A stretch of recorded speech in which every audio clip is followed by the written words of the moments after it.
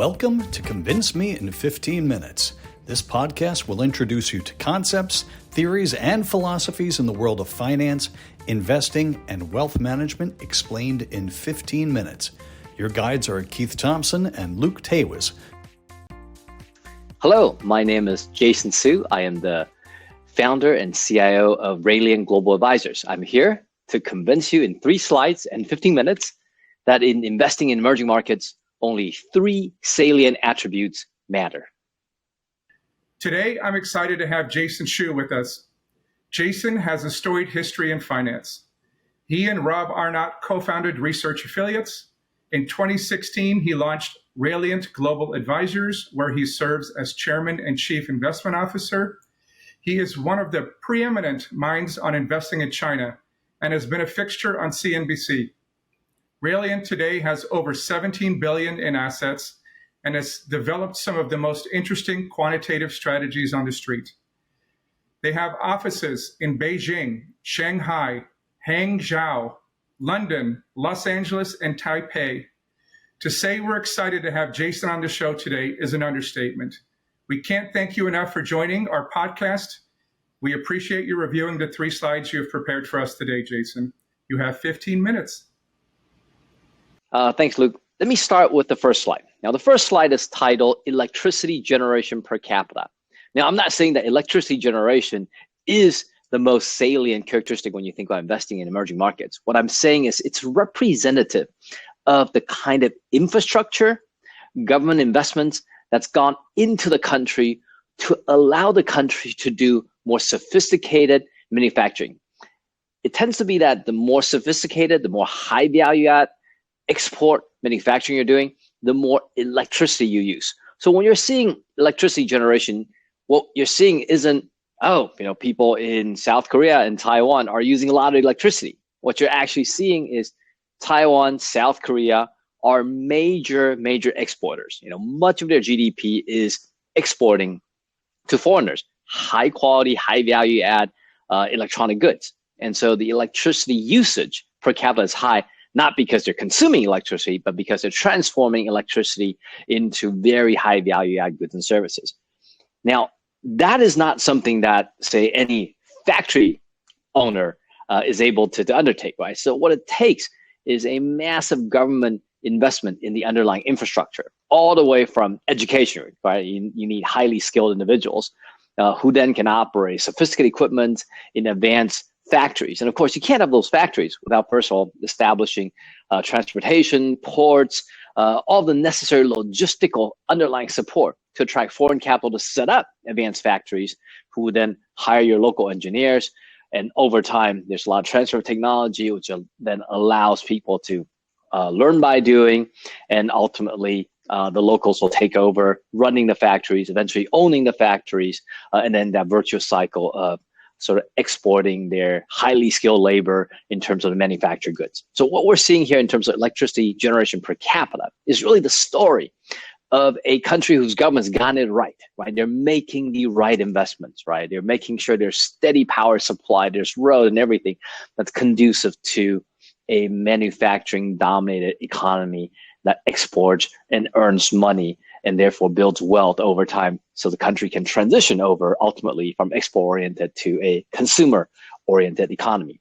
Now, at the top of the list, you see Taiwan and South Korea. I don't have to remind anyone how successful they have been in terms of the EM success story, right? They started with manufacturing, exporting, and have sort of moved up the value chain until today. Taiwan and South Korea are probably the most advanced when it comes to semiconductor manufacturing, right? So they've surpassed even their competitors in the developed markets. And that's, if you've seen that line, that, it's not just the high level of per capita electricity generation, it's also how steep, right? So it's how much the government has reinvested, and that growth has then led to more consumption of electricity as they move up the value chain and export more and more.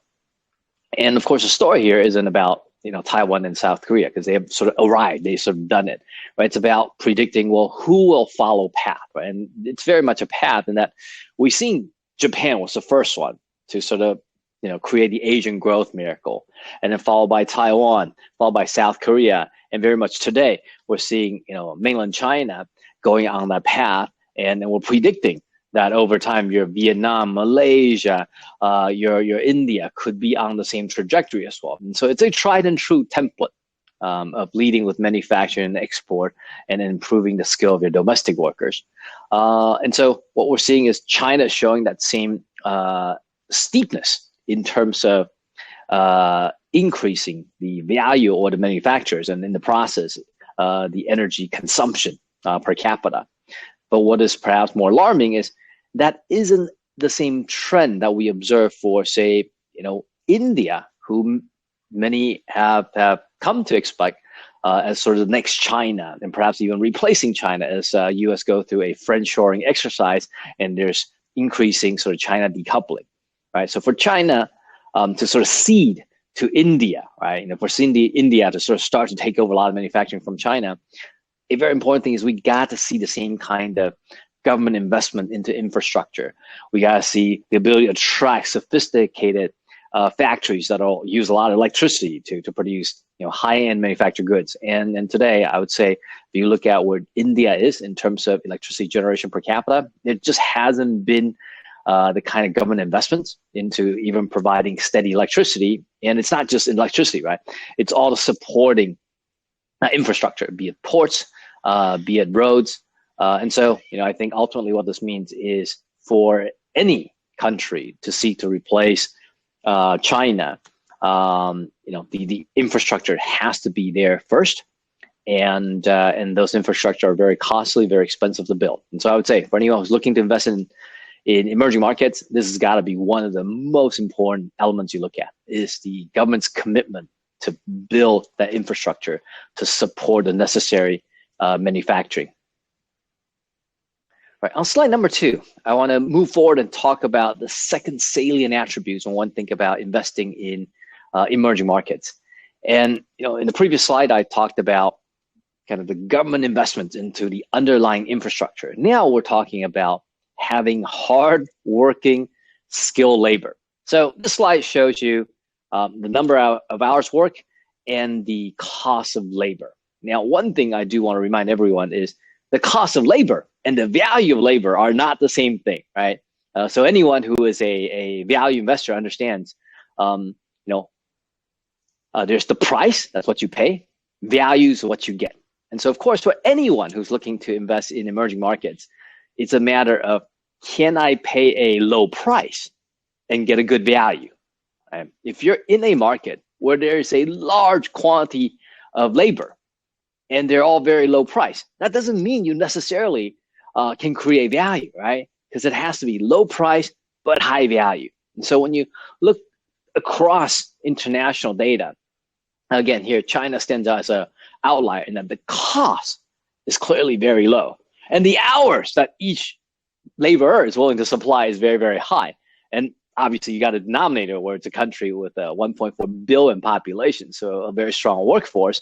And you combine that with the value of that workforce, right? China produces more STEM graduates than any other country in the world. I think estimated at about 4 million per year. And so that is 2 orders of magnitude larger than most other countries. And what that means is you got very high value labor working at very low cost, and each one of them supplying a very large number of hours. And that, of course, is the ideal recipe for corporations to thrive, right? When you have low cost, high value labor and lots of it. So this is another really, really key salient attribute when you look at emerging markets that you want to commit capital to. Is, are you committing capital to a market where the labor is very, very skilled, very high value, right? They're not making t-shirts, they're making iPhones and laptops and iPads, but where the cost is still relatively low versus the value they produce, and where the hours are very high. And just to sort of illustrate that concept of value versus price, right? Clearly here we have Germany, right? German workers cost, significantly more than a Chinese factory worker. But of course, the German workers are producing not just high-tech electronics, oftentimes branded. So there's even a greater sort of margin in terms of what they produce. And so again, they're not expensive, they're just high price, but versus the value they deliver, German labor could be a phenomenal bargain as well. And so I just want to remind everyone, because a lot of people naively say, oh, China has become expensive. Taiwan and Korea has become expensive. And because they become expensive, they can't export as much, and we're going to see a decline for those economies. That is absolutely not correct, right? The reason why, 30 years ago, Taiwan per capita GDP was at 10,000, and today it's closer to 40,000, isn't because all of a sudden they've just become expensive. It's because they become far more productive, right? They've gone from making T-shirts to plastic toys, and ultimately to the world's most sophisticated semiconductors. And so that increase in the value that has completely outpaced the increase in price. So again, that's really, really critical to. Right. On the third slide, this one we are looking at the difference between earnings per shares growth versus GDP growth. Now, a lot of people, when they talk about investing in emerging markets, their thesis is emerging markets have grown faster at a GDP per capita or real GDP pace than the developed markets. So therefore, you should expect the stock market in EM to do better than developed markets. And of course, we haven't seen that, right? That hasn't been the case. In fact, the last 10 years, EM has been a big disappointment, despite the fact that the entire EM across the board has averaged about 5% real rate of GDP growth, and when you compare that on the backdrop of DM growing only 2%, in fact, a shade below 2%, you kind of go, well, we should expect emerging market stock market to have meaningfully outperformed, but indeed they've actually underperformed meaningfully. So what is causing that disconnect? Well, the disconnect is you can't buy a slice of the Brazil economy, or you can't buy a slice of Vietnam. You can only buy the listed companies.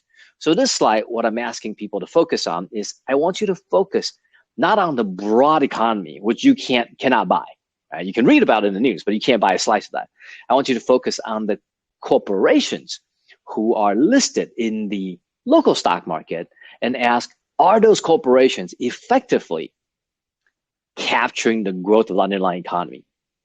And that is my third thesis, which is you got to focus on emerging markets that have the financial institutions, right, that have the pathway to incubate a real economy, mom and pop store into the national chain, and ultimately, be ready for listing so that the broader international investing community could participate in the labor of their fruits, could participate in their risk taking. Right? And unfortunately, it's by and large not the case. Most emerging markets actually lack the kind of financial institutions that we in the US are used to, right? We in the US are used to, hey, if you got a great idea, you can go to the VC market and someone will fund you with startup capital. And then once you get large enough, they're going to be, round 2, round 3, there might even be a private equity company that comes in and to help you eventually to be listed. And then there's very liquidly traded secondary markets so that you can continue to hold on to shares, and then others can come in and participate. These institutions, this mechanism doesn't actually exist broadly in emerging markets. So a lot of the emerging market growth you just can't capture, right? Unless you move to Brazil, you move to Vietnam and start your own supermarkets there, you can't capture the kind of consumption growth or the manufacturing growth that's being experienced in those EM growth economies. So what's important is for you to investigate and say, does this country have a vibrant venture capital market, right? Have a sort of well-articulated set of rules that has underwriter investment banks that can take a private company and get it listed? And is there enough liquidity after IPO for investors to get excited and get interested in participating in the IPO and in helping unlock liquidity for the entrepreneurs? Because if those mechanisms don't exist, you can't participate in those markets. Case in point. In fact, when you look broadly at emerging markets and you look at the companies they have, they're not exciting companies with phenomenal growth, right? You think of Alibaba, you think of Tencent, those are the anomalies, not the norm. Generally, emerging markets, what you have are big, giant state-owned enterprises. Think of, Petrobras of Brazil, Lukoil in Russia. Big state-owned. They don't have a lot of growth. There's probably even a lot of corruption, state interference. because they don't have the kind of mechanism of financial institutions to get a private enterprise to be listed. So much of what's listed are sort of big government enterprises that could get through the red tape and finally be listed as a way for government to unlock some liquidity and earn some dividends.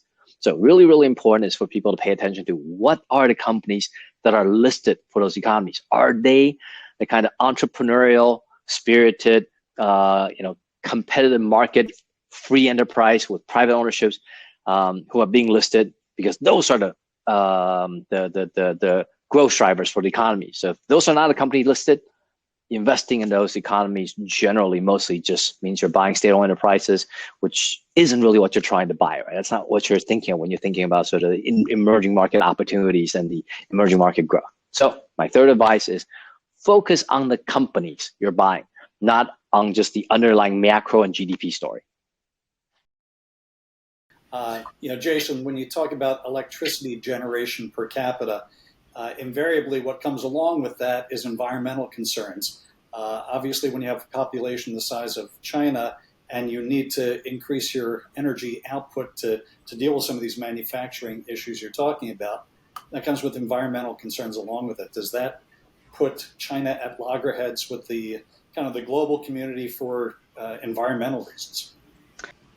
Yeah, absolutely. In fact, when you look at all EM countries that are trying to develop, right, whether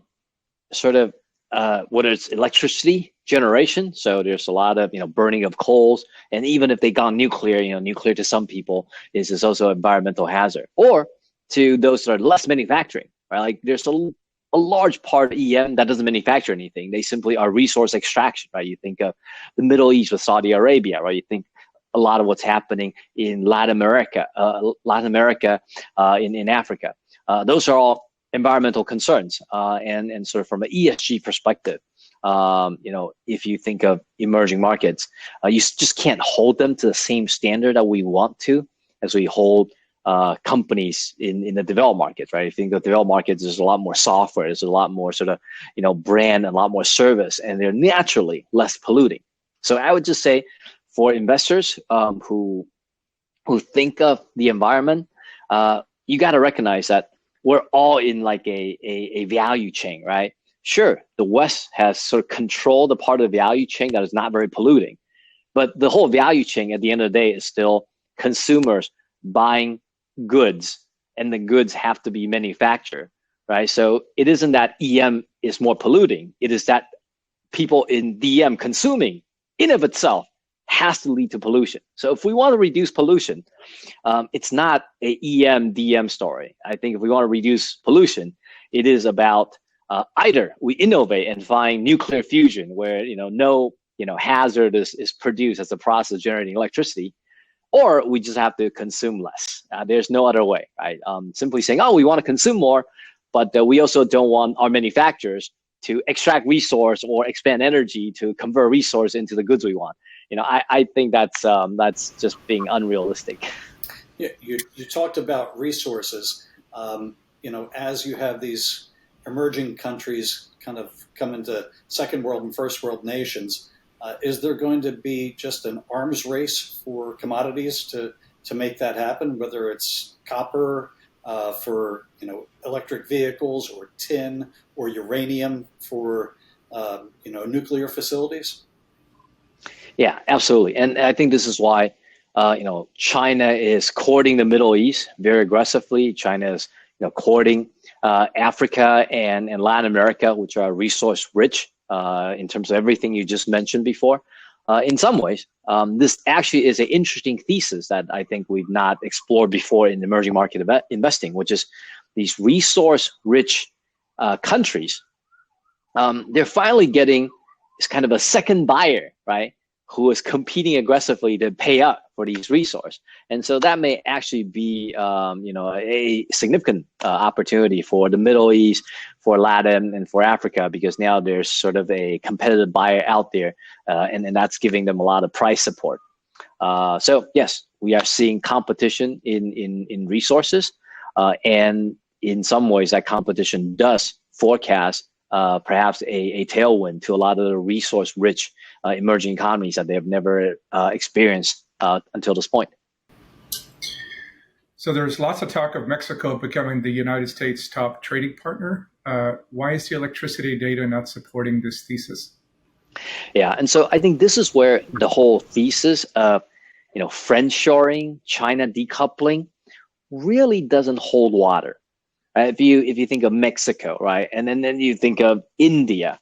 First of all, the population of Mexico, right, versus the population of China, right, we're talking about an order of magnitude difference. So even if Mexico could take over some of the Chinese manufacturing, right, it can't possibly replace China.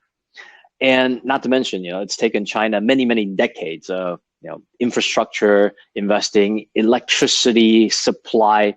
They have one of the most sophisticated grid in terms of electricity transmission.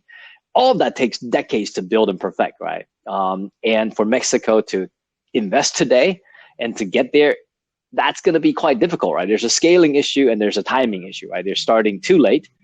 And also the return to scale, right, is smaller in Mexico, right? Because China, they put in some massive investments, right, that can be applied to a much larger economy, a much larger workforce. So, I think that's an important point for people to think about when it comes to sort of friendshoring and decoupling from China. And, like an example, India, right, on this chart also, right, like the electricity per capita just says, look, India hasn't been in the manufacturing business, right? India has been very successful, but it hasn't been successful in manufacturing, right? It's primarily been doing sort of call center outsourcing, software outsourcing, which doesn't quite need the ports, the road, the steady electricity generation. And so India is very good at that, right? To ask it to abandon that route and now go become China again, it's not wise for India and probably also not realistic. So, I think there's a lot more sort of deeper conversation that investors need to have in thinking, well, where is the opportunity as we think through friendshoring and China decoupling? When I look at this slide and you see the number of hours worked and the wages that you get for that work, it kind of harkens me. We're seeing it right now with the auto workers strike in the United States. You're seeing kind of civil unrest amongst young people globally as it relates to wages and wage inflation. Does China have the same challenges, or are they immune because of the authoritarian nature of the government itself? Well, right now, China is immune from sort of wage inflation, in part because they're experiencing deflation. They have a historical high in terms of unemployment rate, right? And that this is just a part of the business cycle they're in. Right? They're kind of in the depth of their recession coming out of COVID, whereas elsewhere, especially in the U.S., right, where we printed a lot of money as a way to fight off kind of the COVID recession, and there's consequence to when you print a lot of money to solve a hard economic issue, is you're going to create inflation, especially in this case, the most intransigent inflation, the wage inflation, which is what's sort of leading now to very low unemployment rate, unions striking, business unable to fill positions that they're trying to fill. So it just China hasn't stimulated and printed money, and U.S. has, and the result of which is U.S. has wage inflation and China doesn't. So I think it has. Real per capita GDP growth for China is 8 to 9%. Can you describe the type of businesses that are generating that type of growth? Absolutely. As I said, it is definitely not the state-owned enterprises, and I'm sure that doesn't doesn't require any explanation, right? Because you can think of state-owned enterprises anywhere in the world as an equivalent to our U.S. Post Office and DMV. Right? So clearly, what's driving that kind of phenomenal earnings per share growth is the private enterprises, owned and operated by sort of creative, hardworking, gritty entrepreneurs. So you think of the founding team at Alibaba, and it's not just Jack Ma, right? It's sort of 18 co-founders who have sort of created that amazing company. They not only did they imitate what worked in the U.S., they kind of localized, refined it for China. You think of, it's the Tencent, it's ByteDance, who have brought us, TikTok, which is now even, incredibly popular in the U.S. So in addition to their popularity in China. So it's really the software companies, the hardware companies like SMIC, like Xiaomi, like now the automotive companies like the BYDs. And in fact, very few people probably realize that China is now the world's biggest automobile exporters, right? They've surpassed Germany and Japan, right? And they're likely to dominate the EV market. They're probably the second coming of Toyota, as EV now sort of takes over the world. And so it's these amazing companies that have nothing to do with the state, with the Communist Party, that have founders that are generally, they've been educated in the U.S. They hire a lot of, global talents, and they have businesses, design centers globally, and they're incredibly free market, incredibly competitive, and incredibly gritty. And this real earnings per share growth. Am I incorrect that I read somewhere that one of the largest local companies in China would be like a water company, and also I read a story in regards to is it a pho or a soup company? I mean, like. So that's Luke. This is great. Such a great data point, right? A lot of people think of China and we think of Jack Ma, and that it might like 20 years ago when we think of Asia, we think of Jackie Chan, and now we think of Jack Ma. But this is what has been sort of hyped up in media. But frankly, the wealthiest guy today sells water, right? There's no IP, no technology, and it just shows China is at a point in time where people want to drink bottled water, not tap water. And if you serve anyone water, it has to be bottled water, sparkling mineral water, because that otherwise be impolite.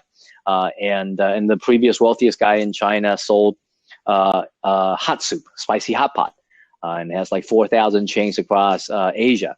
And so these are the kind of entrepreneurs. They're no longer just kind of the tech geniuses that we think of when we think about China, right? They're actually people who are really understanding what does kind of Chinese consumers want, and they're great at building distribution, creating products, building brand, doing marketing. No different than the amazing entrepreneurs that we have sort of come to study in the U.S. When you look at the earnings per share growth or earnings per share in China, the thesis most of the time is that stock price follows earnings per share, but we haven't seen that. Does that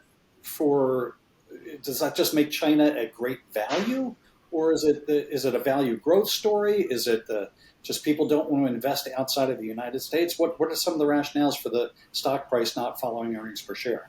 Yeah, Keith, great observation. So first of all, over the long horizon, and so this is kind of data looking at every stock market, and U.S. being the longest. Every stock market prices eventually follow fundamental growth. Right? In the short run, of course, it can go anywhere. So we know in the long run, it's generally EPS growth that drives stock prices. In the short run, we know a lot of times it's discount rate or the PE multiple, right? Because your E might not grow very much, but if you're sexy and exciting, maybe you have an AI theme right now, or if you're unloved, right? Because you've done poorly and you had some geopolitical headline risk, you got some government policies that just scares the Jesus out of people. Well, then in the short run, it doesn't matter how well a company is doing, how much cash it holds, right? You're going to trade at a very poor multiple. And I think that's what's happening for sort of China.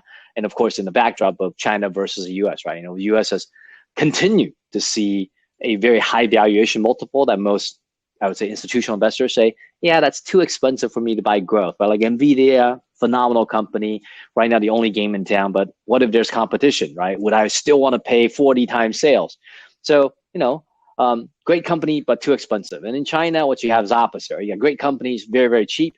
The reason is because people are suspicious of, Beijing, and suspicious of, Beijing and Washington, D.C. going at it. And in the short run, that's all discount rate, that's all valuation multiple depressed. But in the long run, those are cyclical swings. They do revert back to mean, even if valuation multiple in China will persistently be lower than valuation multiple is in the US, but it will still track, the stock price will still track the trajectory of the fundamental over time. So just make sure you buy great companies that can grow and hold it over multiple cycles. You'll do all right. Well, Thank you, Jason. Thank you so very much. Yeah. Can't tell you how much we appreciate you having you on the show today. hopefully people are convinced in their 3 slides in their 15 minutes. We certainly look forward to maybe having you on again to discuss some other topics. But thank you for joining us today, and we look forward to having you again.